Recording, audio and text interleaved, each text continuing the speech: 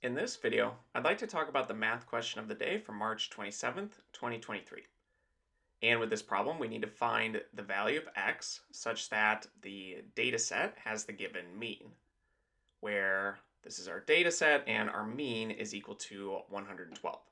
So to answer a question like this, you do need to have a basic understanding of statistics and how this word mean is actually defined. So at this point, go ahead and pause the video, see if you can work through this on your own, and when you're ready, unpause the video and we can go through this together. Now, assuming that you have attempted the problem, let's start working through it. And if you do have suggestions for new questions of the day, feel free to leave those as comments. Now, the word mean is essentially just the average of a set of numbers. So when you see the word mean, you can think of average. And when finding the average, let's say of different test scores, let's say you're in some class in school and you take 4 different tests where you get an 85, a 90, a 95, and 100, and you want to find the average grade. Essentially, you want to find the middle value here. And to do that, to find the average or the mean of a set of data, we add every point in the data set, so 85 plus 90 plus 95 plus 100, and then divide all of that by the number of points in the data set. And in this case, we have 4 different tests, so we will divide by 4. And when we add the numerator together, we get 370, and when we divide that by 4, we get 92.5. And this should make sense because 92.5 is right in the middle of these numbers. These numbers are symmetrically distributed around this mean here, this average of the data set. So we can use that idea here, except in this case, we actually know what the average is, and we need to find this missing value from the data set.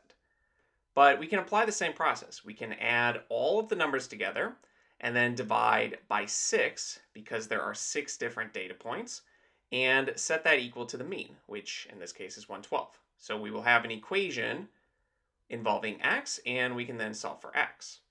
So let's just set that up. We have 100 plus 121 plus 105 plus 113 plus 108, and we'll add x to that.